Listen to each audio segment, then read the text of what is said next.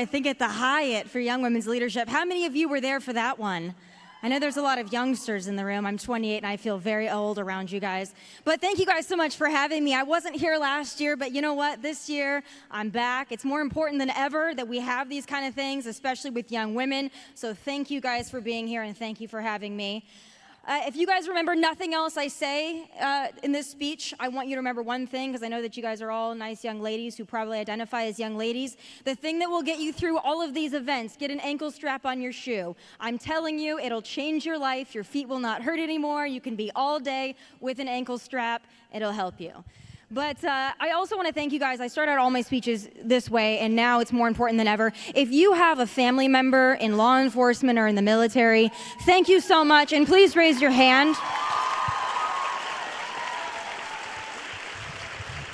I tell you, when I meet you guys and you tell me that you have a father or a mother or a brother or a sister in law enforcement, it means the world to me. It gives me chills. I know what they're going through right now. I know what you guys are all going through right now, being family members of law enforcement and military, and especially right now with law enforcement and how they're being unfairly and ridiculously demonized in this country. I want you to know that the silent majority supports you, and we support your families, and we appreciate you and everything that you go through. I know it's got to be so difficult for you guys, so thank you so much. You know, I could talk about a lot of things today. When I think about doing these speeches, every time I do a speech, it's a little bit different. I could talk about our open border. You guys know how I feel about that. I've been there. I've seen it. I can tell you how bad it is. I can tell you to pay attention to immigration over everything else, because that is the one thing that could truly destroy this country. If they let hundreds of thousands, up to 2 million, we're expecting this year, of illegal immigrants into this country, our country will never be the same. They will give them voting rights, and we will have voter fraud up the wazoo. I could tell you that, and I'm going to tell you that real quickly. I got that in there. I could talk about the Biden administration and America Last and how detrimental that is to our nation, and how I believe we're ushering in socialism, because I do believe that we are, and it's terrifying. I could talk about all those political issues that you guys have probably heard about this entire time that are so important, and I want you guys to pay attention to them, and I want you to be politically active. But when I come to speeches to young women, the thing I want to talk about is not even so much political. It's more about what's helped me be where I am in this career, and I know that so many of you want this kind of a career. You're already embarking on this kind of career. You want one for your own in some way, shape, or fashion. And I want to tell you how I got here and why I'm still here. And it has even less to do about me and more about something that I learned that's helped me every step of the way, even when things have been really difficult, and I think it can help you too. And it's confidence. Confidence is everything. You're not born confident. I was not born confident. None of you were born confident. It's something that you learn. It's something that you practice every single day. And even when you have confidence, someone like myself, I believe I've really attained a level of confidence. It's something that you still have to practice each and every single day. And there's going to be days that you do not feel confident. There's going to be days where you do not feel like the prettiest, the smartest, the most articulate, the funniest, the funnest, or even the nicest person. There's going to be days that you don't feel great. There's going to be days that you look in the mirror and you don't feel great about yourself. And you're going to have days that confidence and that lack of confidence shakes you and it rattles you a little bit. But I want you to remember that confidence is something that you have to wear every single day. And days when you don't feel great, that's when it is most important. Practice it every single day. I'm telling you guys, it's not just politically. Politically, confidence is so important. I know that all of you are here because you're proud conservatives, you're proud libertarians, you're proud Republicans. That's great. And I'm so glad that you guys are here, and I'm so glad that you're proud to be all of those things. But confidence is more than just your politics. It's more than just what you do in school or what you do in your profession. Confidence follows you everywhere. And I want you guys to find a level of confidence that makes you feel that way every single day in every certain situation that you're in. It's not enough to be politically confident. It's not enough to be professionally confident. You have to have that confidence 360 all the way around in your relationships, how you feel about yourself when you're at work, when you're with your friends, when you're at school, when you're walking through the airport, when you're walking through a convention center. You have to have that confidence with you all the time. And I want you guys to master it, because once you do that, nothing will shake you and nothing will rattle you. I promise you that. But part of confidence, and when I get a chance to talk to all the young women, I like to give them tips and tools that I use that have really helped me in my career, because this is a nasty one. And I've been in it for about 8 years now, so I know what a nasty one it can be. And I've kind of grown up in this career, and I know a lot of you want to do something like this. You want to do something in conservative media. You want to do something in the political landscape. Maybe you want to do something as far as being an influencer. I hope it's not FabFitFun boxes, but if that's what you want to do, aim for the stars. If you want to be cast on The Bachelorette, aim for the stars. Do that. But whatever you want to do, and I have a feeling a lot of you want to do something like this, I want to give you tips and tools to get you there. Because it's not enough just to love politics. It's not enough just to come to conventions like this, or to support Donald Trump, or to support Ron DeSantis, or to support political ideas and agenda items. It has to be more than that. Because I promise you this, almost every single one of these girls in this room wants to do this. So what is going to make you different, and what is going to make you be the one that gets to stand up here someday and do something like this? And I'll tell you what it is. Stop comparing yourself to the girls sitting next to you. We all do it. I do it. I know you all do it, because I spent years doing it, and it's something that hurt me in my career, and it's something that hurt me personally as well. I know what it's like to be a girl and to walk into a room and look around and wonder if you're the prettiest one there, or the smartest one there, or the funniest one there, and you look around and you compare yourself. Comparison is the enemy of happiness. Don't do it. Never do it. The girl sitting next to you is beautiful in her own way, and that takes nothing away from you. So flowers can bloom next to flowers. Never forget that. As women, I feel like what we do so often is we find that in order for us to feel confident, or for us to reach a certain level of success, we have to push other people down, make other people feel less than. And I know we all do it. As soon as someone threatens you, or you feel threatened by somebody, your immediate reaction is to pick out the 5 things that they don't have that you have. It's a horrible, toxic habit. Please stop doing it. I used to do that. Being in this career and watching a lot of people come up through this career, a lot of young women, I used to look at people and be like, oh, that person's copying me, or oh, that person's not as good as me, or oh, that person's a fake. Stop doing it. It doesn't matter. What they're doing does not matter. Focus on yourself, have a laser focus on what you want, and be the absolute best. Your biggest competition looks at you in the mirror every single day. And there's going to be other women out there too that haven't found their confidence yet. So they're going to look at you, and they're going to try to degrade you in their eyes. And don't be one of those women that do it. Feel sorry for the ones that do, and try to help them along the way. But I promise you, there are people that are sitting back, holding their breath, waiting for you to fail. Let them suffocate. It's okay.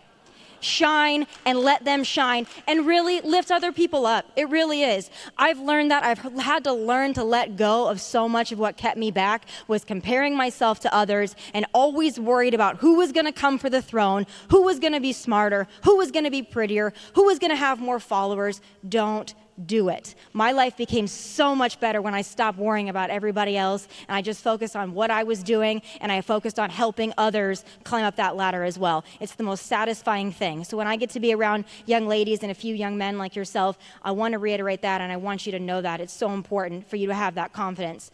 But another part of it is political, because this is probably the number one question I get, besides how does it feel to be hated. Quite frankly, it doesn't bother me. I enjoy it. I relish in it. You know what? Donald Trump was hated too, but it turns out he was right about almost every damn thing, so we can be hated. But the second question that I get all the time is for those of you that are still in school, and those that are even graduated out of school, that are in the workforce, and you wonder, how do I be a conservative amongst liberals and still maintain my conservative values but not end up distancing myself from everybody, getting a bad grade, not receiving the promotion, getting fired? I mean, cancel culture is a real thing. You know how I feel about it. Cancel culture. But it's a real thing. I could sit up here in my job as a conservative political commentator, and I could tell you, don't care. Speak the truth. Don't care what happens to you. But it's easy for me to say, this is what I do for a living. This is what I do for a living. I got the opportunity to be doing this. I'm so blessed to do it. Not all of you are in that position. Some of you could take real hits for being a conservative. Some of you can take real knocks on your grades, on your professions, in your peer groups, in your families, and those mean a lot to you. So for me to just sit here and tell you, do it anyway, get the bad grade, don't get the promotion, get fired, that's easy for me to say. I realize that that's not the world that we live in. That's not the real world. So I'm going to give you practical tips to actually help you on that without just sitting here lecturing you on something that is much easier for me than it is for a lot of you. When you're in that situation and you feel like you're amongst liberals and you're concerned about being a conservative, or you're concerned about speaking out, or you're concerned about defending your ideals and your beliefs and your values, I would tell you to defend them every single time, but there's a way to do it. You got to pick your battles. Not every battle is worth picking. Liberals are going to say stupid things all the time. They're going to say things to trigger you all the time. Liberalism is a disease. They can't help themselves. Give them a break every once in a while. Let them say something. Sometimes we're around liberals. You'll see somebody wearing like a Black Lives Matter t-shirt, or you'll see someone wearing a mask in the car or walking down the street by themselves. And you just got to feel badly for those people. But it's not always worth the argument. Even when you're in school, it's not always worth the argument. I promise you. Sometimes let some things slide. And that's why when something hits you to the very core, it strikes you to the bone, and you know something is wrong, you pick that battle. And you pick that battle, and you win that battle, and you don't stop. Because I promise you, if you pick the right ones and you nail your point home, people will respect you. Because you're not the person that takes issue with absolutely everything. I was one of those people, too, that I raised my hand far too many times. Everyone knew I was the conservative in the room, but guess what? That was 2014. Things are different now. Don't raise your hand over every single little thing. You're not going to be able to. I don't suggest you do it, but that one thing or that two thing or those three things that they say that drives you crazy, you know that they're lying. You know that they're indoctrinating the people around you. You know that they're not being truthful. You stand up for those things and you articulate yourself and you think about your point and you make it, and you do not apologize for it. Never apologize when you're right. Never apologize just because you offended people. It's okay to offend people because you're inspiring others and you don't even know you're doing it. I promise, because that's what I've done my whole career. So pick that battle.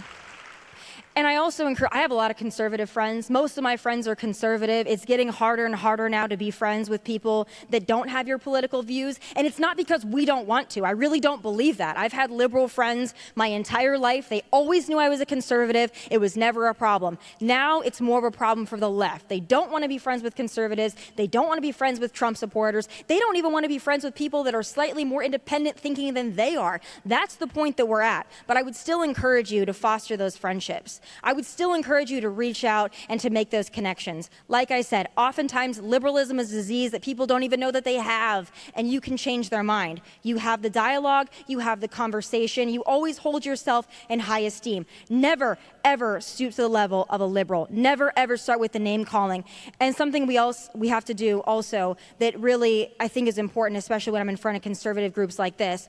For conservatives, we have to stop telling other conservatives that they're not conservative enough or they don't fit in our box. This box is big enough for everybody. That box is big enough for everybody. And even amongst your conservative friends, you guys all know where I stand on a lot of the issues. If you're a conservative, you're a proud conservative, you're a proud Trump supporter, you're a libertarian, you're an independent, don't ever let your fellow conservatives, independents, libertarians, don't ever let them tell you that you're not conservative enough or whatever enough. You are enough exactly who you are with your beliefs. Discover what they are, know what you stand for, mean it in your heart and your soul, and never change those beliefs because someone else told you it wasn't enough or it didn't fit in the box. This box, I told you, is big enough for everybody, and some people on the right, the left, in between, they will try to get you to fit into a certain size box. Do not be afraid to disappoint them. You are a living, breathing human being, and you can have a whole range of ideas and beliefs that you hold near and dear to your heart. And true conservatives, they will respect you for that because we believe in free speech, and we believe in more ideas are better ideas.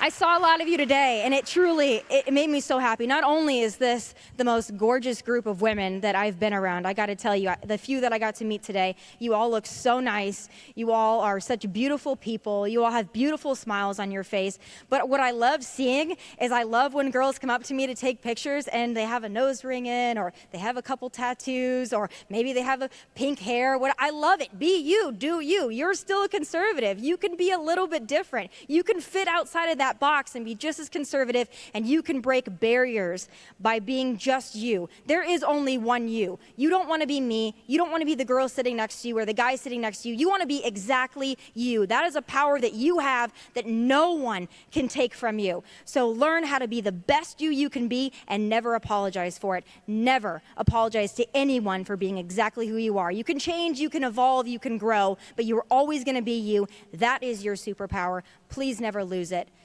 And today, when you're around all these girls, this is such a wonderful sisterhood. This is such a great group of ladies. Enjoy it. Make friendships here that are going to last. Keep up with each other. Talk to each other. Form those bonds and those friendships because you will have them for a lifetime. Thank you guys so much. I can't thank you enough for giving me the career that I've had. It truly is because of you, and I can get choked up talking about it. Because when I see you guys come up to me and want to take pictures with me, it is still so damn surreal to me. Because in my mind, I'm just a girl from South Dakota who got to do what I got to do. So when you guys want to come up and take pictures with me, and you guys are about my age, I'm a little older, don't tell anyone, I'm a little older than you guys, but you guys are around my same age, and the fact that I get to do this job, and the fact that girls as wonderful as you come up to me and ask me to take a picture, or you're excited to see me, or you come fill a room like this to see me, you made my dreams come true, and I can't thank you enough for it. And those dreams are for all of you, and you can all do this. You can all be up here. You can all be on whatever stage you want to be on. Just be authentically you and never apologize to anyone for any reason for it. And I'm going to answer about 5 questions because I have like 4 minutes left, but I'm going to go over just a little bit because I know someone got their shoe stuck in an escalator and it was a big debacle, so everyone was a little late. So I'm going to answer about 5 questions. Like I said, the ankle strap, it'll save your life. In that case, you might have been stuck on the escalator and might have met your death if you had the ankle strap, but in most cases, the ankle strap. Hi, I'm Annie. I love what you said about choosing your battles because my dad says I choose way too many. But so I had a question about what you think about standing up for the flag, because I have gotten into kind of like heated arguments with people at my school because a lot of them sit down during the flag. And then they'll say, well, isn't it freedom to choose whether to stand up or sit down? And I just am like, well, you're not respecting our veterans who fought for that freedom. So what would you respond with, I guess? I think everybody knows how I feel about standing for the flag. I mean, I'm someone that's going to do it every single time. But you know what? In some point, they are right to an extent. It is their right to sit down. But what you can do to be a change maker is you can explain to them exactly what you explained to me. This is why I stand. I get why you sit. Liberalism is a disease, and you don't love the country that you live in. I get why you sit. I understand that you are misinformed. It's okay to sit for the flag, but it's really interesting to me when people sit for a flag in a country that they are comfortably living in. It makes no sense. There are so many other countries, like I said the other day. There are 200 other countries in this world. Go pick one if our flag offends you so much. But you know what? They can sit. You stand. It's not about telling other people what to do because we're not the mob. It's about you yourself not caving to the mob. Let them do what they want to do. You do what you want to do and never be dissuaded from it, and it'll make a big difference, I promise. Hi, I'm Natalie Tasha. I'm from Los Angeles, but I just graduated with a minor in broadcast journalism. So I just was curious what your biggest piece of advice for somebody who wants to go into conservative media from a very liberal state. Hey, you know what? That's a gift. Being in LA, I lived in LA for 3 years, and when I started working for Fox, I went to LA specifically. It was a choice because I wanted to make a difference. That's actually the biggest asset that you have is being a conservative from a liberal state because you can wake people up. California has such an opportunity right now with the recall of Governor Newsom. And on a broader point with that, if liberal California can be this close to getting rid of that guy, every single state can do it. Every single state. Michigan, New York. I know New York doesn't have a recall option yet, but Michigan. If California can do it, don't embarrass yourselves. Get rid of your governor. You can. Don't let California show you up. The most liberal state in the country. Don't let them show you up. But you know what? And to answer your question on media, that's an asset to you to be from a liberal place because you can change a lot of minds that way. You can stand out for the good and for the better. You already have a leg up because you're different from everybody else. Embrace being different and speak loudly because there are a lot of conservatives in California who are looking for loud voices, especially young voices. Hi there, my name's Bex. First off, thank you because you're the one who taught me years ago that it's all right to be proud of being controversial. Absolutely, that's the best thing you can be is controversial, exactly. Right? That being said, my question for you is, you've had many controversial moments. What was the one that sticks out in your mind the most from all these years that made you proud and why? Listen, I was one of the first people to call out BLM for what it was, and I got in a lot of trouble for that. And turns out, when I said way back when, and I didn't say it in the best words, when I said BLM is a terrorist organization, I got so much flack for that. Hello, when you're burning down cities, you're a terrorist organization. So that's probably number one, but listen, that was controversial. There are so many things since then, but listen, we call it like it is. We know what BLM is. Thank you. Always be controversial, I promise you. You'll enjoy it. Eat it for breakfast like Kamal eats nose. Hello, I am small town farm girl. All right. Based on a beef farm, and I've heard you speak at like RCAF and everything. So there's a major problem with the meat packers stealing from the farmers, and we have talked to like our senators, our representatives. They're great. They support the farmers, but I feel like they're not doing anything.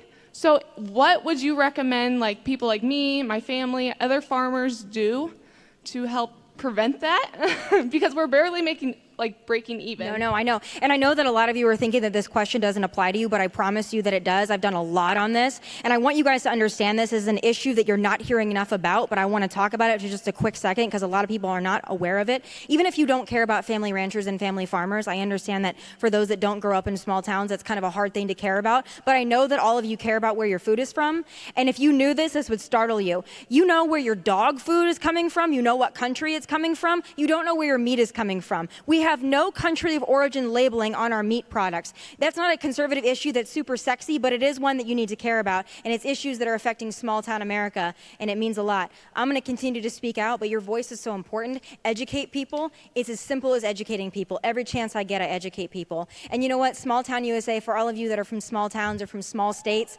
that think that you can't make a difference because you're from a small place, I promise you, I'm from Rapid City, South Dakota. You can. I promise you. So keep doing what you're doing. I got your back, just so you know that. Okay, hi there. I'm from California. I lived there my whole life. I'm also a female athlete. I'll be playing collegiate softball this upcoming year. So I have a question for you. If you support women's sports and the positive development of female athletes, then just out of curiosity, why are you supporting Caitlyn Jenner for governor when she's been inconsistent with her stances on allowing biological males to compete in women's sports? I'm actually so glad that you asked me that. Here's the deal. For those of you who haven't had an opportunity to speak to Caitlyn Jenner, you wouldn't know this, but I've had a lot of opportunities to speak with Caitlyn Jenner, and I'll tell you this, that person is conservative through and through. I don't really care what's between her legs. I don't really care what she wears. I don't really care if she wants to wear makeup and get a boob job. I don't really care. Does she stand up for conservative values? Yes. And I understand on that issue, there's some back and forth. I had an opportunity last week to discuss it with her. I promise you this. When she says it, she means it. She said it many times. She doesn't believe that biological males should be competing in women's sports. The reason, and I'll tell you this, it's very heartfelt, and I hope you guys all hear this and understand it and give people the benefit of the frickin' doubt, because it's so disappointing to me when people don't do that. When she said the reason that I've gone back and forth on the issue and people have pulled out sound bites, is she said that she's met young people who are in that community, or they think that they're in that community, and they're family members, and they've committed suicide because this issue was so hurtful to them. She's got a soft spot in her heart for those people, and so when she talks about that from that a place of just being sympathetic to what people are going through. And as somebody whose grandpa committed suicide, I can tell you this, I don't ever look lightly on somebody's situation and pretend to understand it. I don't ever pretend to understand where their feelings are, but something that she told me that really rang true is she said, I know you're asking me this issue, Tomi, because so many people are asking me about it. She said, but when I look at the state of California and I look at all the problems that we have here and I look at everybody having to move out or being stuck and we look at the cost of living and the gas prices and the regulations and the businesses that have gone out of business and places that can't even find people to work, she said, I don't understand why when we're looking at a state like this and I want to lower regulations, I want to lower taxes, I want to help with our border enforcement, I want to get rid of environmental regulations that are debilitating our state. She said, why are you guys asking me about the few men competing in women's sports when there are so many other issues in the state that affect so many people? She'd like to focus on those. And like I said, I don't care how you dress. I don't care what's between your legs. I might not be in that community. I might not agree with that community, but what I care about is somebody who's going to do great things for a large amount of people. And if you think that Gavin Newsom is better than Caitlyn Jenner, you haven't met Caitlyn Jenner. So support who you want to support. But I promise you, conservatives exist in all different ways and shapes and forms. But thank you guys so much. I appreciate you so much. Have a good day.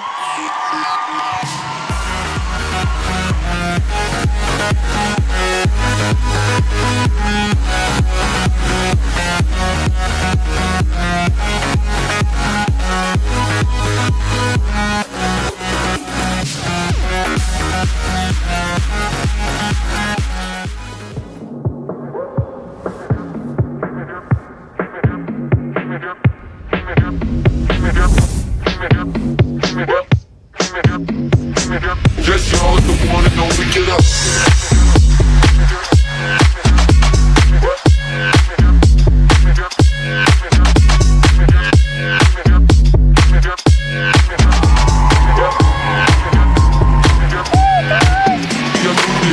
Wow! All right, where my girls at? Wow! I am so honored to be here with you today in my home state of Texas. You know, when you come to these conferences, you hear a lot of the same things, just told different ways. But I'm going to share something with you because, you know, I'm going to keep it real. Can I keep it real with you? Are you having fun? Such a great crowd. I've been seeing all the pictures. You guys are doing great. Now look, I wish someone had some life hacks for me when I started in politics. So I'm going to give you some of what I've learned after being in this game for over a decade. Tomi had some great advice, and I'm going to give you some from my perspective as a black conservative. Okay, look at the lady next to you and say, let's go. All right, today we're going to talk about climate change. Because climate change is the greatest issue of our lifetime. I bet you're like, wait, what is she talking about? Where am I again? All right, look, I'm not talking about the radical, lefty, loony climate change. I'm talking about the climate change that we need right here in the conservative movement. And I said I'm going to be real. Here's a harsh reality. Some of us are getting old, getting a little tired, and we're set in our ways. That's where you young and courageous, energetic women come in. Now, of course, we've had our successes. You know, I am so proud to have been one of the originals back in 2015 to elect the greatest president of our lifetime, Donald J. Trump. And we know who's in the White House now. And we know how he got there. But that's exactly why we're here, because that should have never have happened. It shouldn't even be close. And when I travel all over the country, people always say, how is it that every time we take one step forward, it seems like we go 10 steps backwards, and we're running out of time? My answer is usually then get off the sidelines. And you always get this weird look in their faces because it's so frustrating for me, especially when you have the same people who keep voting for the same career, all talk, no action politicians who make promises during campaign season and then suddenly they're going to uphold the Constitution and defend your rights. You know, it kind of reminds me of seeing that boy you like and then having to lower your standards to get him. And then thinking that you can change him or fix him after you get married. Doesn't work that way. We're going to have that issue in Texas with Governor Greg Abbott. The moral of the story, don't lower your standards. Now, if you're still with me, say, let's go. All right, here are my 10 life hacks. And you can use them in everyday life, in relationships, in your career, but most importantly, throughout your entire life. Life hack number 1. Know thyself. Get to know who you are, get to know what you love, and pursue your dreams. Not what society expects from you, but what you want. That is the number 1 priority you should have as young women today. Don't strive to be the next Candace Owens, Charlie Kirk, Kimberly Guilfoyle. Strive to be the best version of you, and you will see that not only will you veer off of the path of others, but you will begin to create a trail of your own. Leave your mistakes in the past, learn and grow from them. And as you move throughout life, you will see your purpose unfold. If you're still with me, say, let's go. Let's go. Life hack number 2, accountability. Failure to implement life hack number 1 is your responsibility and yours alone.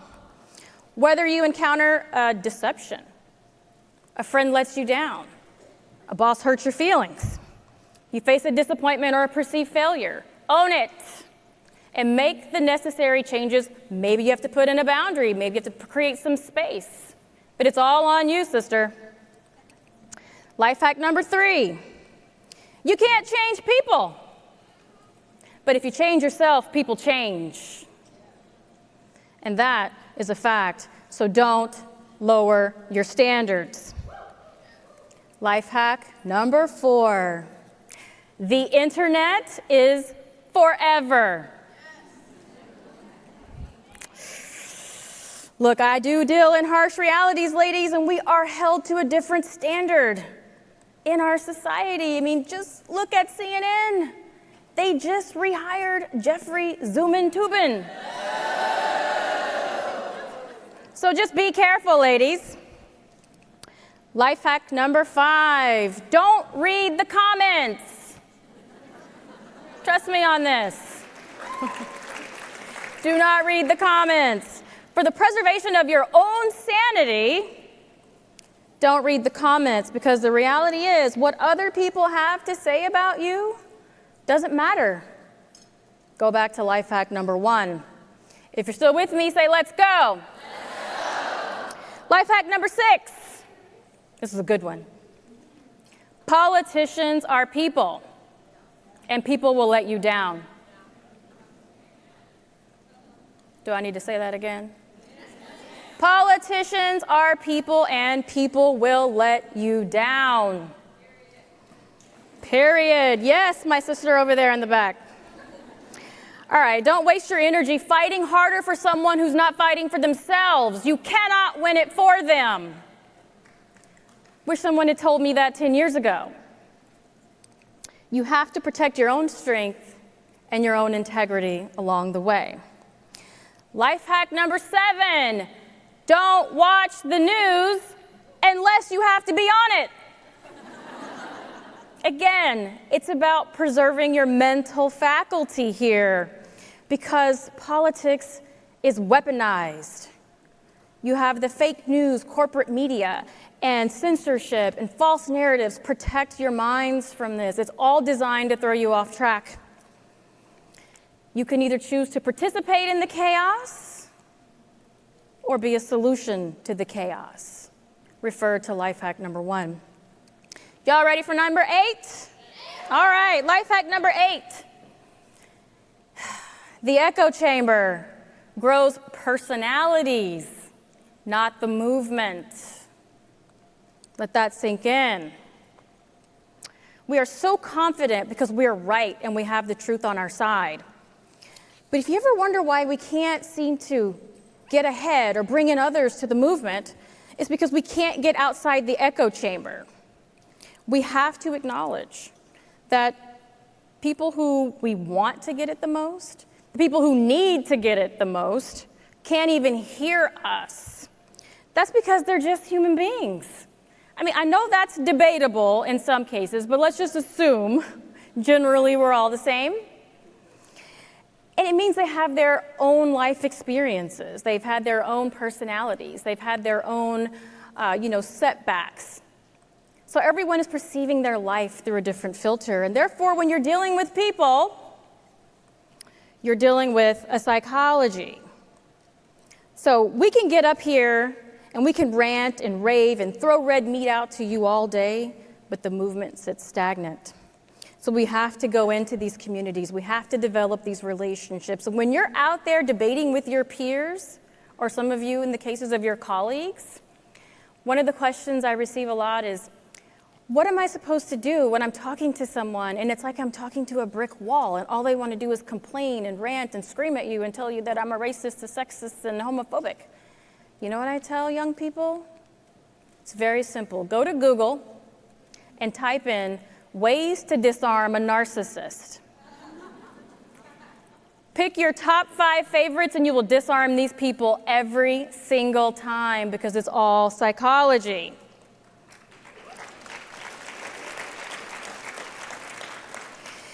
Now look, there is a little caveat to life hack number 3. And that is, people, you can't change people. But if you change, people change. But here's what I want you to do. Since you're so young and you're ready to get out there, when you do engage these snowflakes, these whiny babies that are always complaining, don't look at them as your opponent. Look at them as a tool for your success. Use them as mirrors, reflecting back to you where your weaknesses are in your arguments, to know where you need to go and find more knowledge about the issues and sharpen your debate skills. So use them as tools for your success. If you're still with me, say, let's go. Let's go. Life hack number 9. People don't want the truth. They want to be right. I'll say it again. People don't want the truth. They want to be right. That is the power of the algorithm. Confirmation bias is the key. And that is what has been driving the insanity that we're seeing all across our country. It's just psychology, folks. They feed it to the masses 24 hours a day, 7 days a week through their devices, whether it's Google, Facebook, Twitter, Hollywood, the corporate media. This is how they get the masses to fundamentally believe and accept things like the Russia collusion hoax, things like the unimpeachable Ukrainian phone call, things like Joe Biden winning 80 million votes, which is probably the greatest hoax of our lifetime. But this is how they do it, and this is what you're going to be up against. And finally, you ready for number 10? Finally, know this, no matter what you're dealing with, no matter what you're going through, you are not alone. Every woman that gets on this stage has your back. And always know this, that one person standing in the body of Christ is more powerful than millions combined.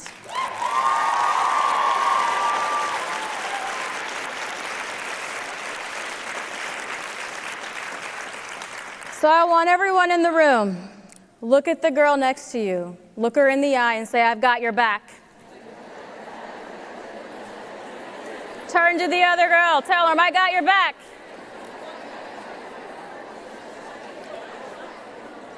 We are so blessed today to have so many young women in this room because you are the future, and I always say you are the cavalry. So I'm just honored to be here with you. So I'm asking you to step into that leadership, step into that role as the future leaders of this country. And now give yourselves an applause for being here today.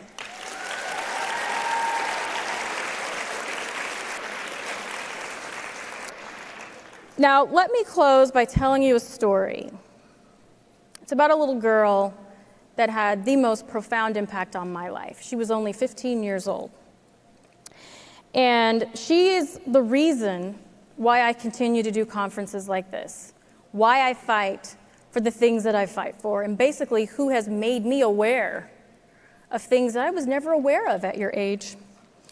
And it's so important that I stress that every single decision that you make and that others make, big or small, can change the entire trajectory of your life. But this is how God's plan unfolds. My plan was never God's plan. I had a degree in biology, worked in healthcare for 15 years, and here I am in politics. But that was God's plan. I wasn't aware of it until He said, you're changing. And so these things happen to us under incredible circumstances. Now, the mystic would say it's all synchronistic, and a non-believer would say, oh, it's just a coincidence. But we know better. And it all happens in the most loving way. So those who know me know I'm not your typical black conservative. In fact, I'm quite atypical. But here's why. This teenage girl is the reason why I dedicate so much of my time mentoring other young women who land in my orbit. My office at the campaign was always full of staffers. It was literally the counselor's office. If there was a problem, staff would come into my office, sit on that velvet blue tuft couch, and we would talk it out. And it didn't matter if we were there till 10 o'clock at night. We would get through it. Now back to this little girl, 15 years old. She was so cute. She had red hair, blue eyes, and she was freckled all over. But she was pregnant by a black man. And this was back in the mid-70s. She was her father's firstborn and only daughter. And her parents owned this little grocery store out in the sticks of Texas, right next to a cotton gin. And when her father found out she was pregnant, there was no debate. There was no discussion. He told her that abortion was not an option.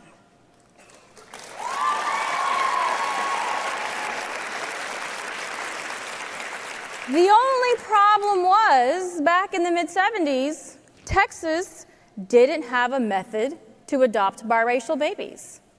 So her father did what most people did back then, is they'd ship their teenage daughter off somewhere for a place for unwed mothers. And in this case, he sent her up north to her grandmother's house. So he demanded that she give her baby up for adoption. And so when she gave birth, and this was the most amazing story when I encountered it, when she gave birth, the nurses made a mistake. They accidentally took her baby in her room for a feeding. You're not supposed to do that when you're giving your baby up for adoption. So here she is, this child holding her child, and she's looking at this baby, and she sees the little fingers and the little toes and touches her soft face and feeds her baby. Then suddenly the nurses realized they made a mistake. So they rushed into her room to remove the baby, but at the same time, her parents were coming in to see her. And guess who else they saw? They saw their little, innocent grandbaby being carried out of the room. So, long story short, this young girl in the following weeks changed her mind, and her father drove his family back to Texas.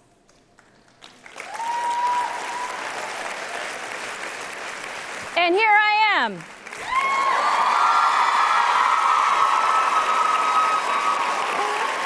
A native Texan.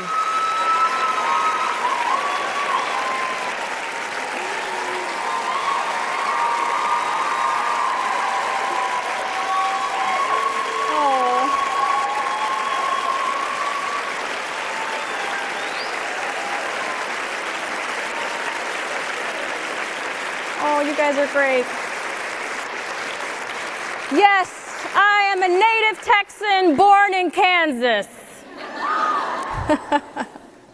So I am pro-life because I have one. And I'll debate anybody on the topic. And I'll be the first to admit that growing up with a teenage mother, life was rough. And it was tough. And I had to fight for everything that I had. But my life was training grounds for why I'm standing here today. And it is to save this nation.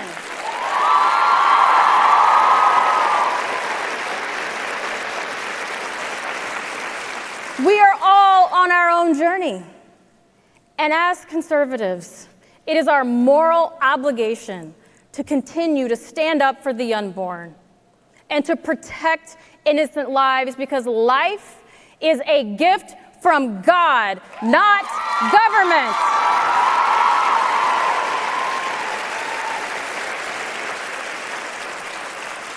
Otherwise, I wouldn't be here today.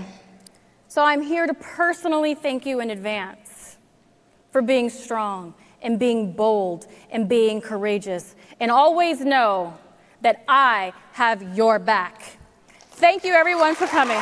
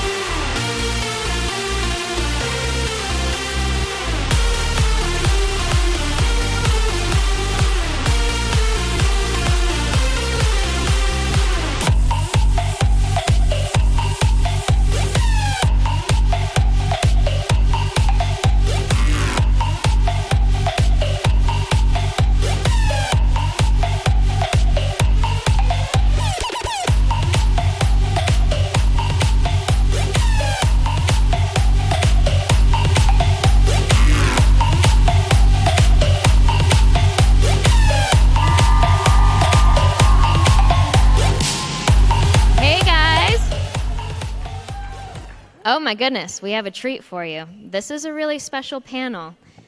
You guys, I was on this morning with the contributor girls. My name's Morgan Zeggers. Thank you. I told them that you guys were really, really a fun crowd. We have 2 congresswomen with us today. Yeah. So Congresswoman Beth Van Dyne from Texas. And Congresswoman Diana Harshbarger.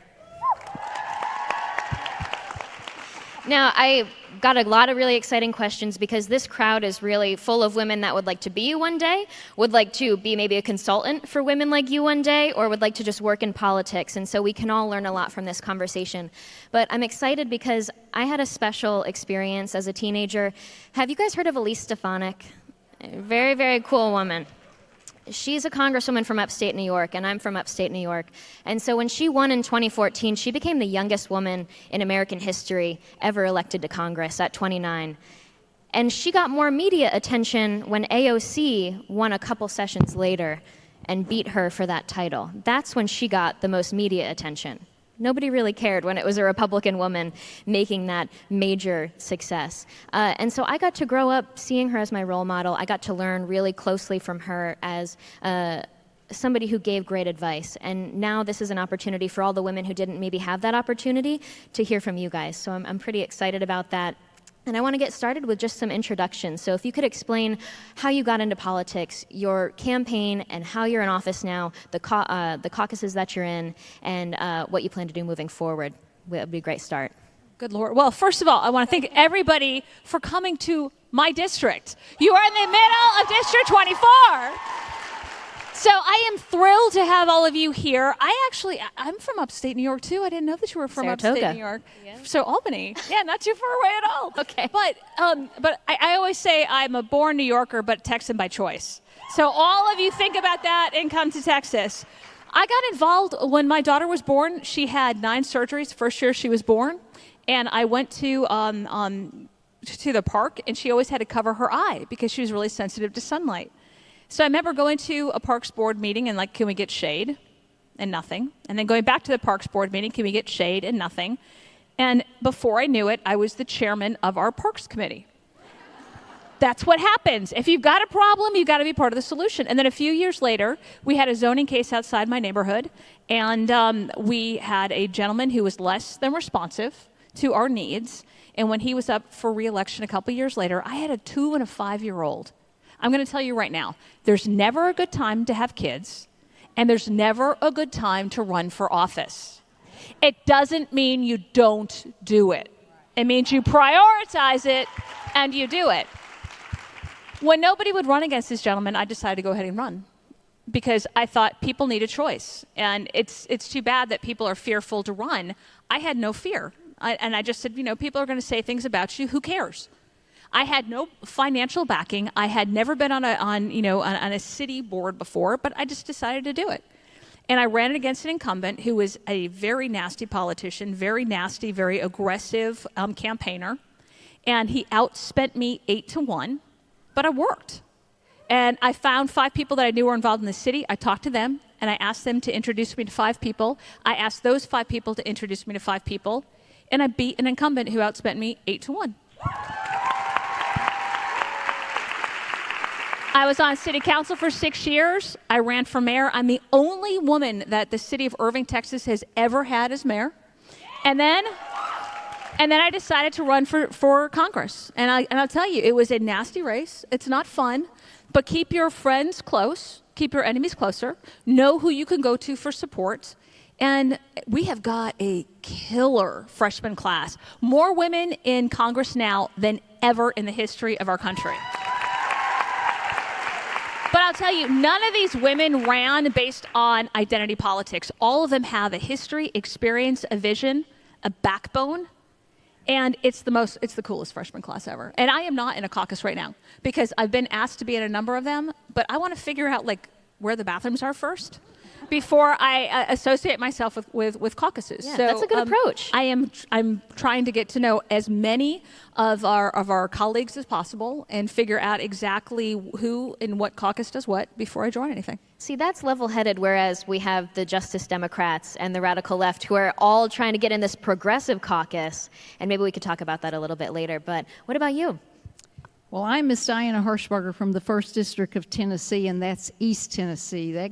My district goes all the way from Bristol Motor Speedway to Dollywood. It's awesome, and the most beautiful part of Tennessee. And I want you girls and young ladies to know that I've never been in politics. And I was the first one in my family to graduate from high school, the first one to graduate from college. And I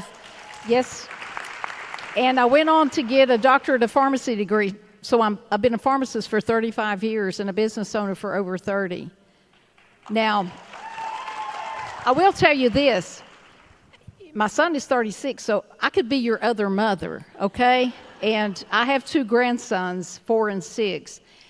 And the reason that I wanted to run is because I saw the state of the country. And somebody has to do it. Now I know why good people don't go into politics, Beth, because they beat you to death. And it's not fun because they say some terrible things. But you know what? That should never deter you. Your amount of money or your education, don't let that stand in your way. To accomplish something, hard work is still the best thing you can do. The best thing you can do. But I do want you to know this. When I did enter the race, there were 16 people running. And when you get that seat, it's a ruby red district. It's a plus 28 or plus 30 district. Remember, I've never run for elected office. 15 other people, 80 years of political experience, and in a pandemic. Who's ever run a campaign through a pandemic for their first time? Well, I have. And I want to tell you, you know what? People don't know what they don't know. And so nothing inhibited me. And what I did, there's almost like a good old boy system back home, and they just kind of pick the next congressperson as the time goes on. Well, I busted that system all to pieces. And I want you to know that I was the first woman duly elected in East Tennessee as a congresswoman. So you can do anything you want to do if you work hard enough. And it's like Beth said, you're making relationships. I am in the doctor's caucus because I'm a pharmacist. Myself and Marionette Miller Meeks are the first two women to ever be in the doctor's caucus. And so that's a big deal. And I'm also in the Republican Study Committee, and I like to be informed on what the legislation is coming down the pike. Remember, I've never been in office. I need some guidance. And there's things that I'm in, like Broadband Caucus and things like that, the Election Integrity Caucus, because that's a huge deal. And it's things like that. If it's pertinent to my district, I'm going to be involved. But I'm not part of some of these other things. Listen, I do what I need to do for the people I serve. And, you know, I taught Sunday school for 24 years to young women. And I want you to know, I've mentored many young women and young men. And when we pour into their lives, and I wanted them to know, you can overcome any obstacle. It doesn't matter. And I was successful, not because I was a woman, I was successful as a woman. So don't forget that. Yeah. That's refreshing to hear. Now I'm going to expose myself. I'm a nerd, and so I know quite a lot about both of you. I'm sure some of these women in this room, this is really their first political event. A lot of people took a chance to come here today and meet others that were like-minded. So, yeah, props to you guys. If you could share some of the experiences in your life that led to you being so successful as you are now as a public servant, what helped you get here, and how do you be an effective leader thanks to your life experiences? Well, I'll go first, Beth said.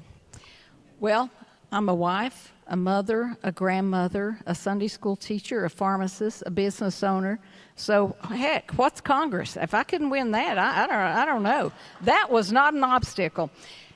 And you know what? It goes back to what I said initially. There is no substitute for hard work. And the business sense that you take, if you're a small business owner, I'm going to tell you, ladies, women wear a lot of hats. Yes, amen to that. We raise our family. Do you know I was in, you probably don't know this. I was in pharmacy school. It's a 4-year program to get a doctorate of pharmacy. I worked full time. I crammed 4 years into 3, did some of my prerequisites, and had a baby on top of that. So I'll tell you the story one day about how I was in the front row, and it was a girl's birthday, and I had somebody come in and my water broke. I just kept on going. So that's a story to be told later on. Yeah, Beth doesn't even know that. But I did not know that. But like I said, there's no substitute for hard work. So get geared up. You can do it. If I can do it, you can certainly do it. So I appreciate that. I'm gonna find out more about that story in a minute.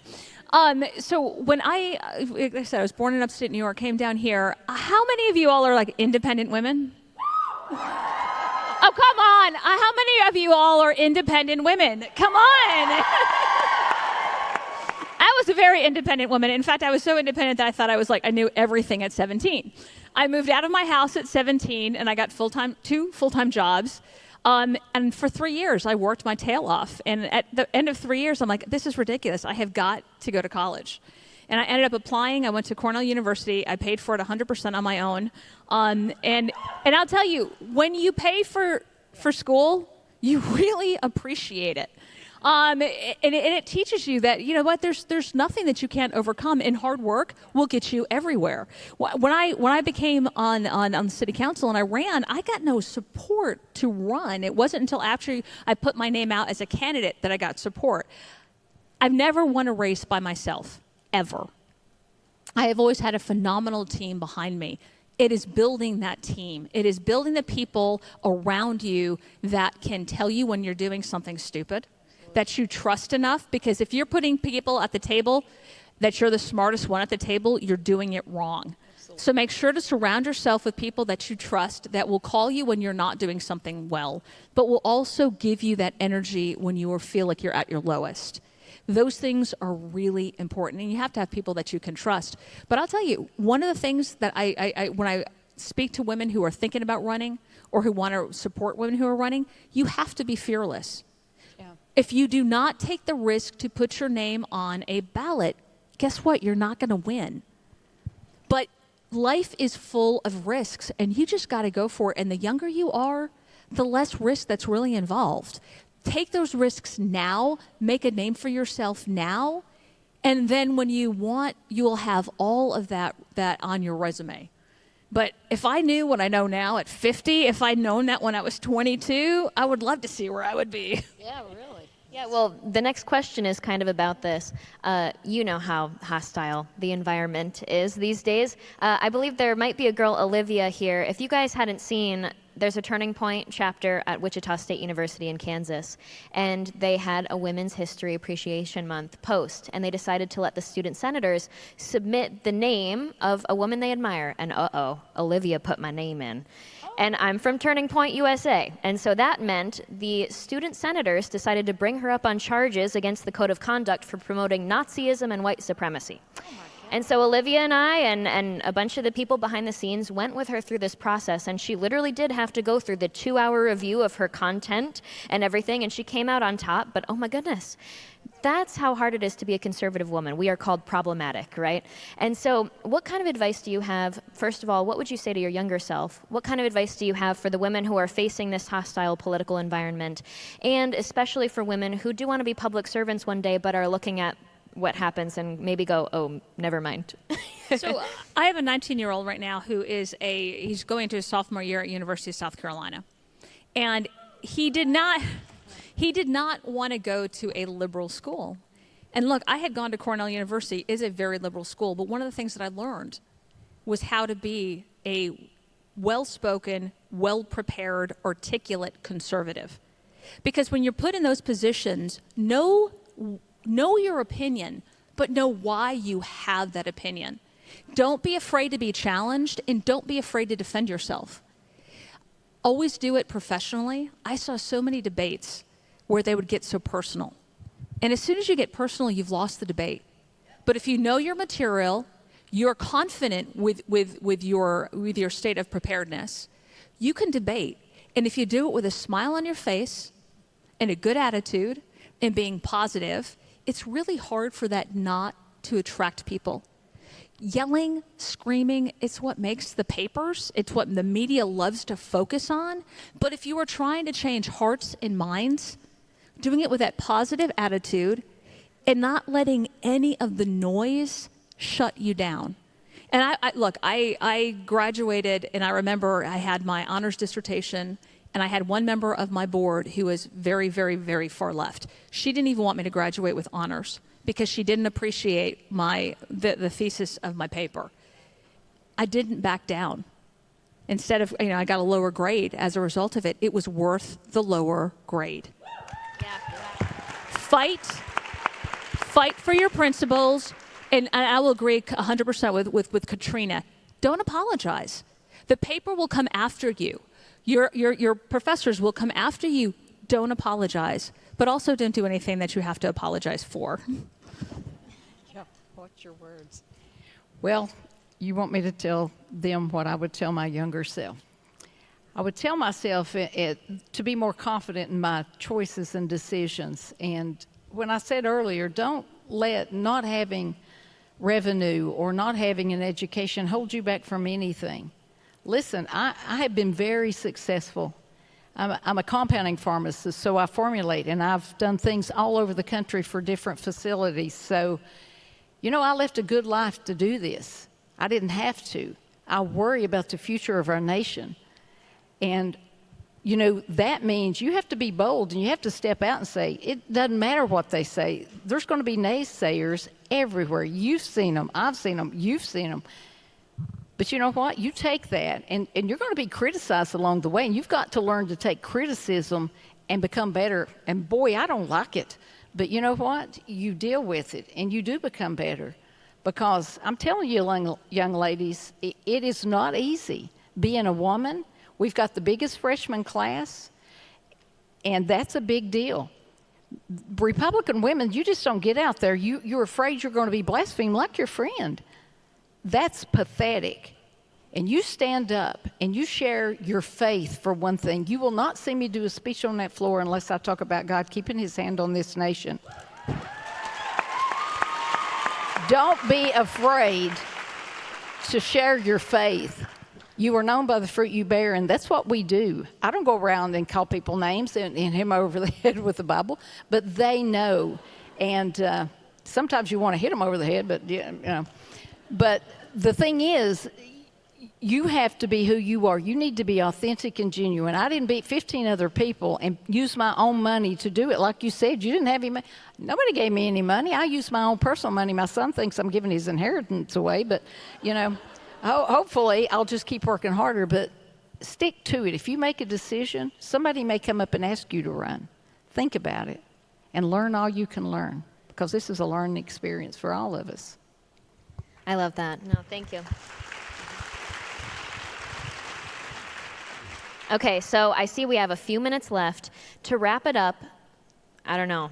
The future of the country looks a little sketchy based on what we see in the media, what we see on social media. I don't know about you, but I'm a little scared to be one of those people that gets caught in the intersection with Antifa at the traffic stops. It's a scary time right now, and I think we're all a little worried. Where do you guys see the country going? How can we best prepare for the fight ahead, and how can we be the most effective future leaders possible? All these women in this room. Well, I'll tell you the first thing on the agenda, and that is to go out and get everybody to vote and to take the House back in 2022. That's the first thing. And don't apologize for the Constitution. Be strong and stand up. Our founding fathers were brilliant beyond their years. And it's not a living, breathing document. It is there, and it's a roadmap for us to follow. Be bold. Be bold in your faith. And when we take the House back, I've already talked to leadership, and I said, you better have a plan. You better have a plan for national security, for immigration, for health care. You better have something ready to roll out the minute we take the House back. And get people out to vote. I've been on too many focus groups where some of the, I've been on focus groups, and you have too, with Trump voters. And you know what the sentiment was? Why should we vote? Our vote doesn't count. And we have to convince them that it is more important than ever to get out and vote next year, okay? So that's what we got to look forward to. And critical race theory, I won't even get started on that, but yeah. Yeah. Oh. So if I'm going to give you a piece of advice, don't sit back and expect anybody to do anything for you. Do not be shy. Do not be quiet. Do not be passive.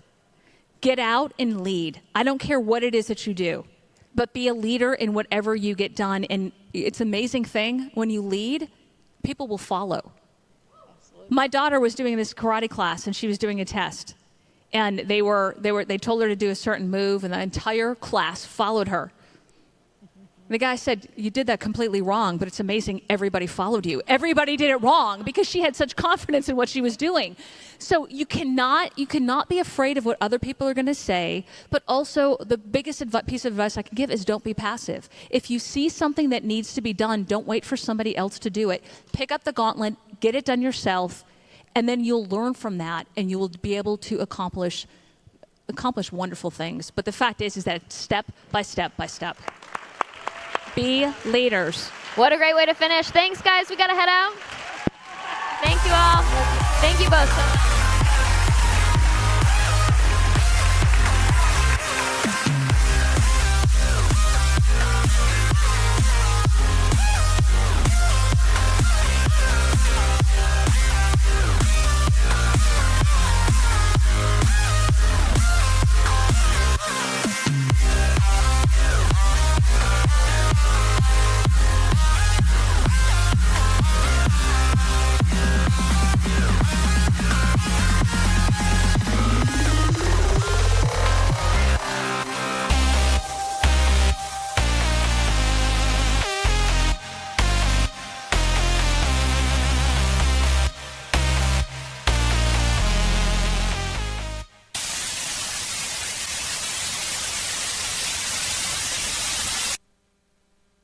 Journalism has changed a lot since I first stepped into a newsroom, and I'll be honest, I don't like the direction it's going.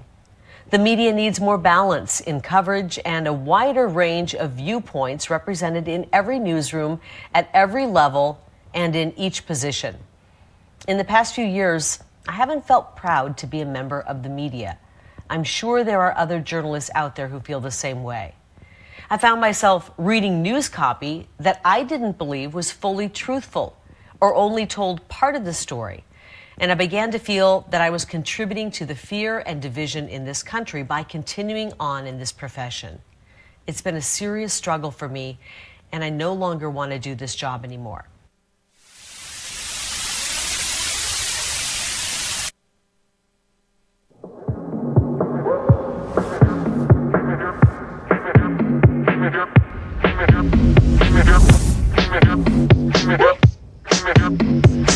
Yes, y'all are the one and only. Get up.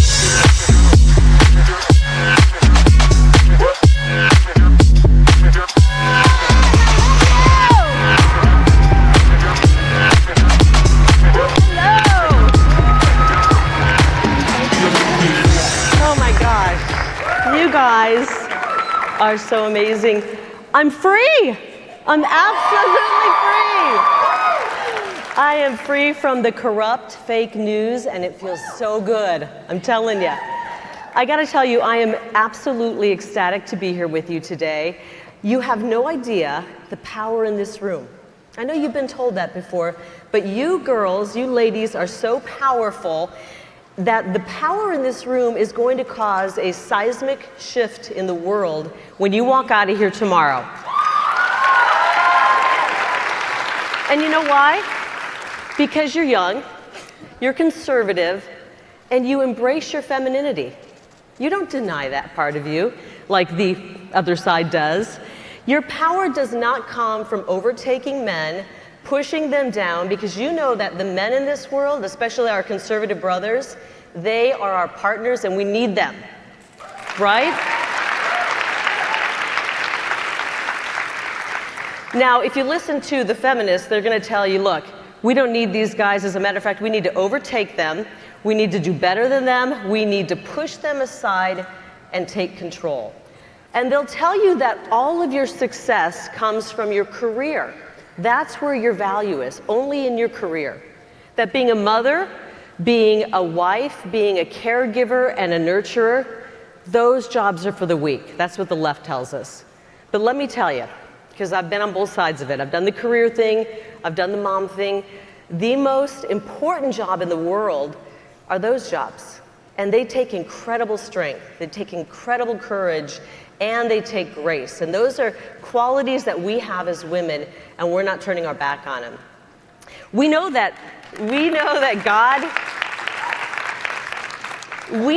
God did not create us to be equal to men.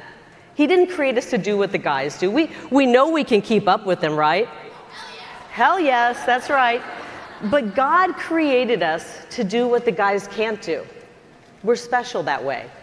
And let me tell you, I've been around for a while and working in television. I come from a family of 8 girls, 1 boy. I know the girl thing. I've watched so many people I know in my world, especially my female friends, put everything out there for their career. They're on a one-track mind. They got to make it in this career, especially in television.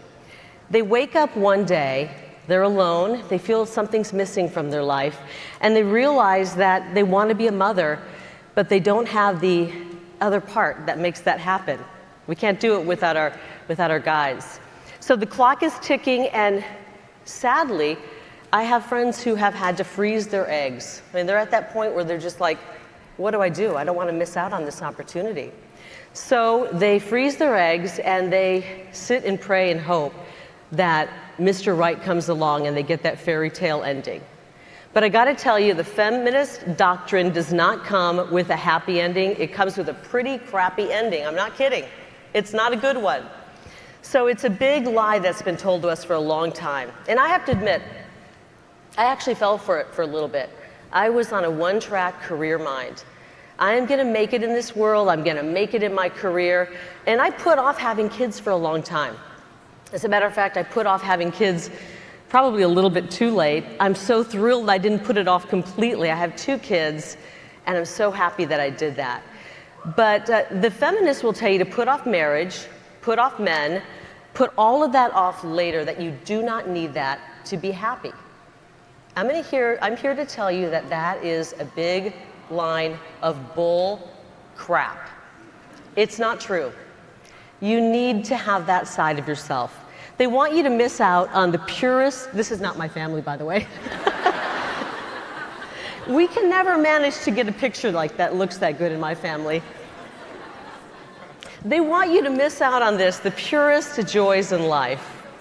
Finding a man, getting married, having children, a relationship, a family, grandchildren someday. They want you to put that off for a 50-hour-a-week job in corporate America. They don't care about you in corporate America. They're not going to be there in your darkest hour. They're not going to be there in your happiest hours to embrace you, and they want you to put that off. Now, my friend Michelle, take a look. Is this a beautiful family? My friend Michelle, who was at the center of that photo, she told me before I left, she agrees with what I'm telling you, by the way. She said, Kari, even with my giant family, I can still do anything I want. I didn't let go of any of my dreams. I pursued it all.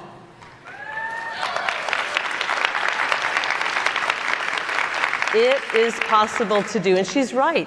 Do not let anybody tell you what your story should be. Do not let, especially of all people, the left write your story. They're not going to write you a very happy story, and I think you all know that in this room, right? The left is about some pretty miserable things. So if you find a guy, marry him. Have kids, pursue that when the time comes. You will never, ever regret that, I promise you. We know that the left kind of has it out for men, but what I love about conservatives is that we love our conservative brothers. Exactly. We got a few of them here. Let me see a show of hands for the men in the audience.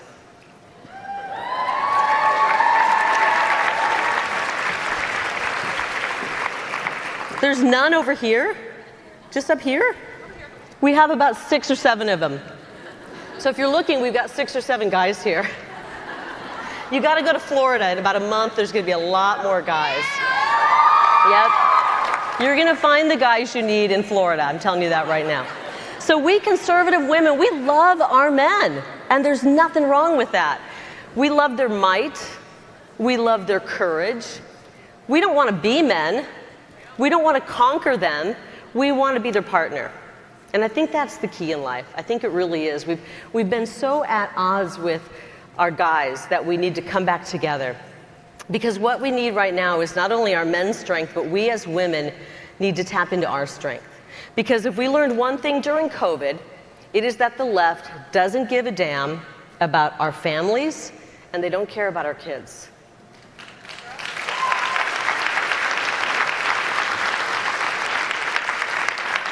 We have seen what they've done to our kids over the last year and a half. They're in school, but they're really at home in front of a Zoom camera pretending to learn. And we know that we've been forcing them to wear masks, and it's pretty much child abuse, locked away from their friends, kept from their sports, from their after-school activities. And of all people, I think you in this room felt it the most. I mean, how many of you are in high school and college right now? Think of the stuff you missed out on. I mean, how pissed off are you? You're mad. I mean, we're sick of what we have been through this last year and a half. And to this day, the left is pushing for these same cruel restrictions. They still want them in play today, and we're not going to have it anymore.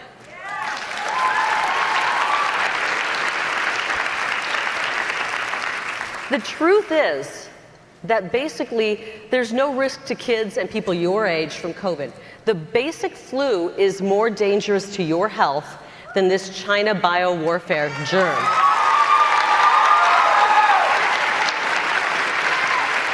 But yet you were tortured for the last year and a half, and the left is continuing to spread the fear.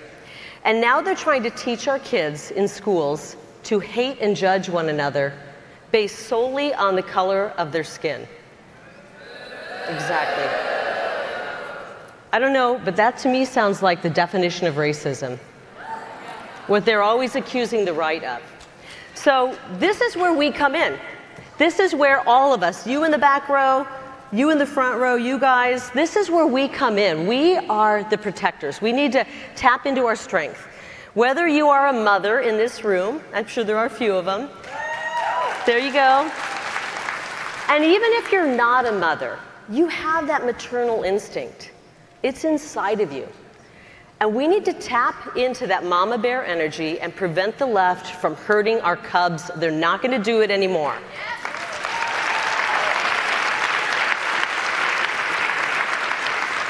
Okay, what the left doesn't realize, and I'm so excited about this because when they realize it, they are going to go running in the other direction. You all have moms, right? You've seen moms when they're mad. You can handle that. You can work it, sweet talk her, work around.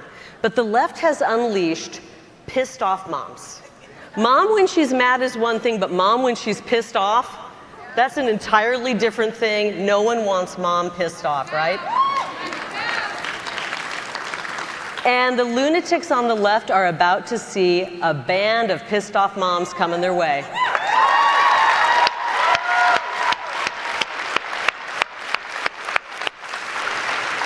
I'm one of them. I'm one of them. So they may be louder, and we know they control the media. We've seen that, of course. So what I would say to you is turn off the media, because if they control the media and you turn the media off, they have zero control over you.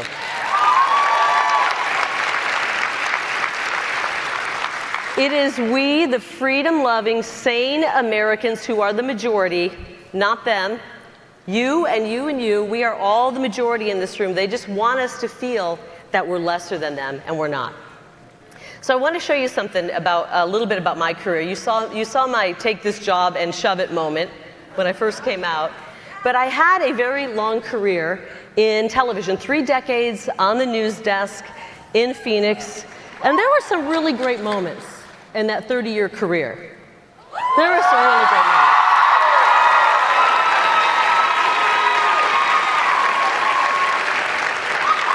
That was one of my favorite moments, I must say.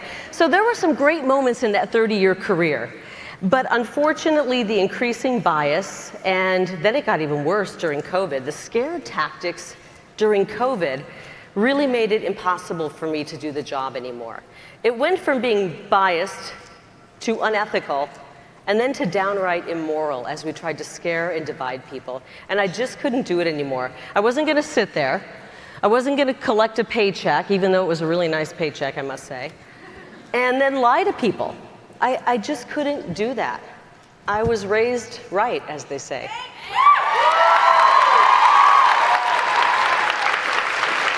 Now, just like you were. Now, it wasn't always that way in news. When I got started in the early 90s, so I need to take you back in time. This was way before that very old TV show came out, Friends. And I was in the newsroom, starting off in the newsroom in the 90s, and back at that time, it was like a different place. We could actually take a topic and debate it and discuss it. I will tell you, even back then, newsrooms leaned off to the left. They were a little more liberal.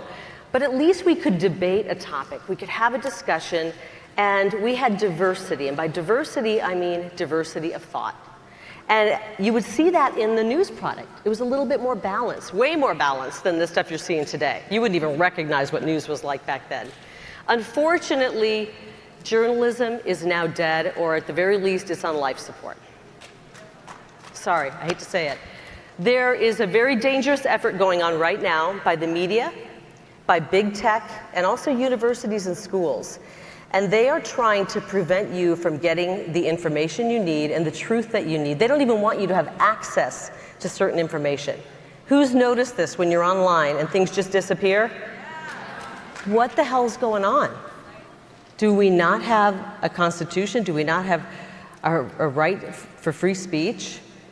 So they're putting out propaganda, and they're calling it the truth. And the minute you try to put out the real truth, what do they do to you? They cancel you. What do they say? They cancel you, they call you names, they delete your account, they cut you off. It's pretty scary what's going on out there, folks. So, and it's even happened to me. I haven't been deleted yet, but I'm waiting for that day. So what do they say the truth is about COVID? Well, if you ask the left, they'll tell you that masks work and we have to keep wearing our masks. Can we have a mask burning party at the end of this? Where's Charlie? We got to get Charlie. Charlie, can we get a big bonfire? We'll do it out in the atrium. We're going to throw those damn masks in there. Okay, so the left will tell you the mask, we got to wear them forever. That hydroxychloroquine doesn't work. They'll tell you that unless we do whatever the liberal or rhino politicians demand of us, we're all going to die. We went through that for a year. The truth is there is no evidence right now that anything other than medical grade masks even make a difference.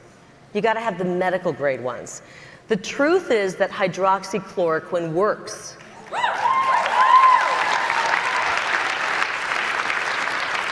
And other inexpensive treatments work. And guess what? Florida's doing fine, and Florida is doing fine. And New York is a disaster. It is the poster child of what not to do, right? Okay, but the sad thing is you're not going to hear that on the news. Has anybody heard that on the mainstream media? Absolutely not. They've been too busy pushing an anti-Trump message. They have been busy trying to destroy President Trump. They did that for 5 years, and they did help destroy him, actually. I think they helped the election go the way it did. They're also not interested in putting out information that's helpful to save lives. I think what they're doing is criminal.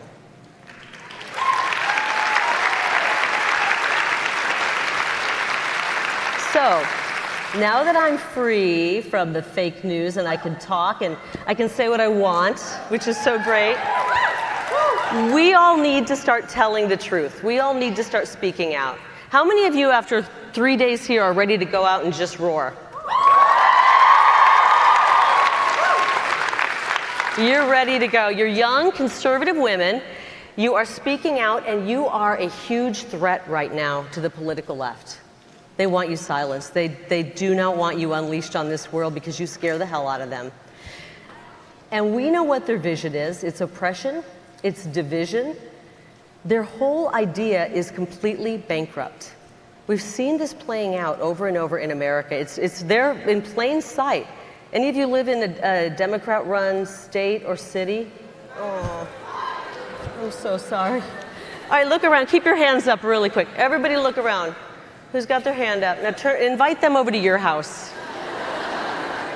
Just let them come stay. Come stay with me in Arizona. We're on the edge. Actually, we're on the edge. Okay, so the Democrat policies are an absolute nightmare. They're a hellscape. Let me just point you to California. I know. California used to be heaven, and now it is hell. Have you been there? You live there? Oh. Invite her home with you. The Democrats have destroyed California. They've had decades. And Michigan, New Mexico. They've destroyed Washington. Oh. Stop, I can't take it. I can't take it, my beautiful country. Where is it? We're gonna bring it back. Please, you guys.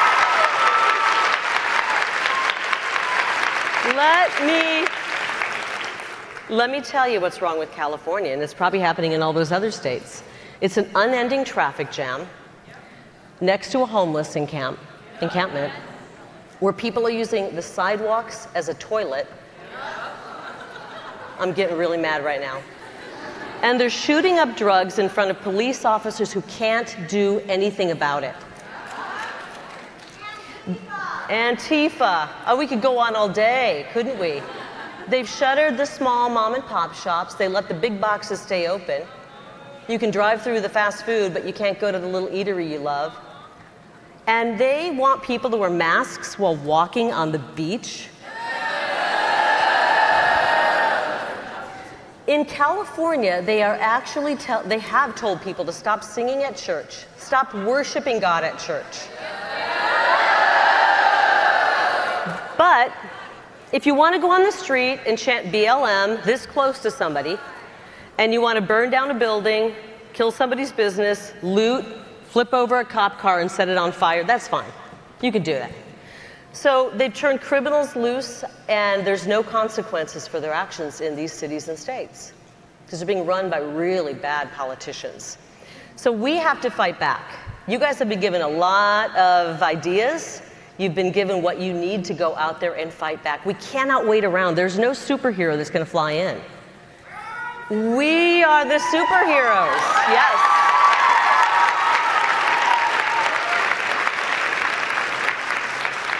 Our ancestors, our forefathers, your grandparents perhaps, they gave up everything. They sacrificed everything for this great country. And now it's our turn. Who's ready to sacrifice?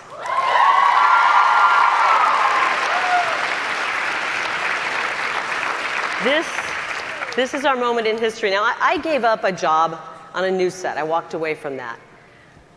That's not that much. I mean, it was a sacrifice, but really in the grand scheme of things, we saw our forefathers dying on a battlefield. I walked away from a news set. But I've got to do more than that. And that's why I'm running to be Arizona's next governor.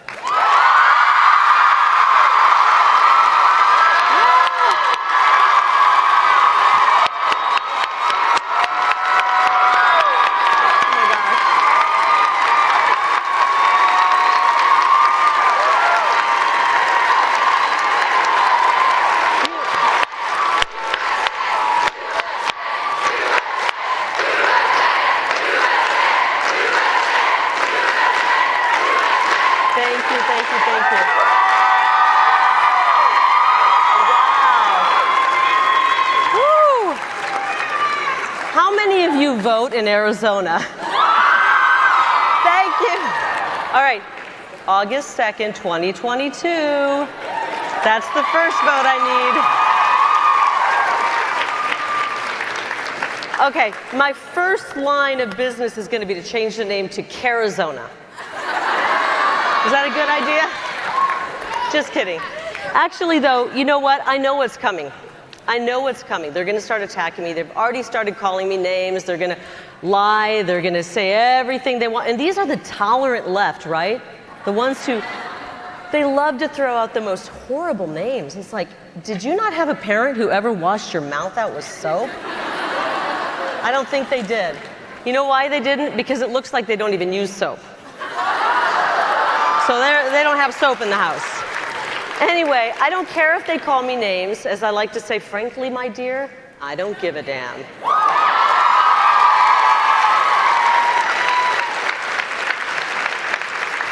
Who said that? It had to be an old person. Oh, no, it's a young person. Oh, it is an old person. It's a mom. Hi. Oh, no, it's not. Okay. Well, you know why I said that? I figured it was an old person because that's from the movie Gone with the Wind. Who's heard of it? It is one of my favorite movies, and apparently it's been banned by the left. They don't like historical films, apparently. But as I was saying, I really don't give a damn if they say I'm old-fashioned because I love my family. I don't give a damn if they think enforcing the law is racist. I'm going to keep doing that.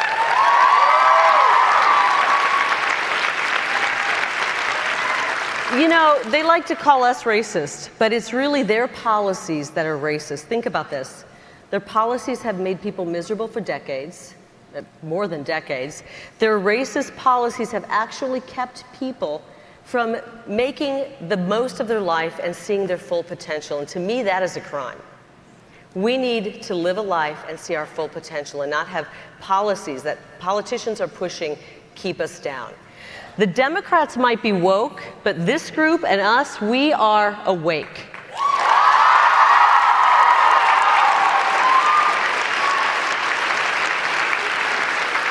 And we refuse to be victims. We refuse to be oppressed.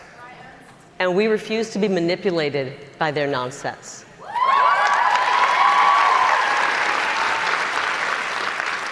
So I gotta tell you, nothing makes the left more angry than happy, outspoken, smart, unafraid, conservative women.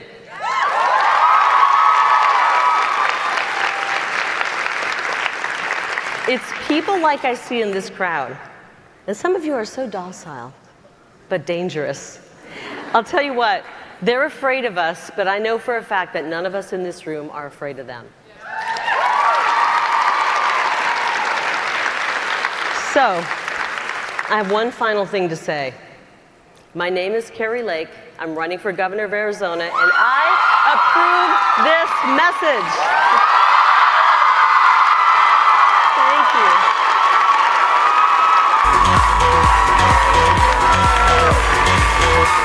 Thank you.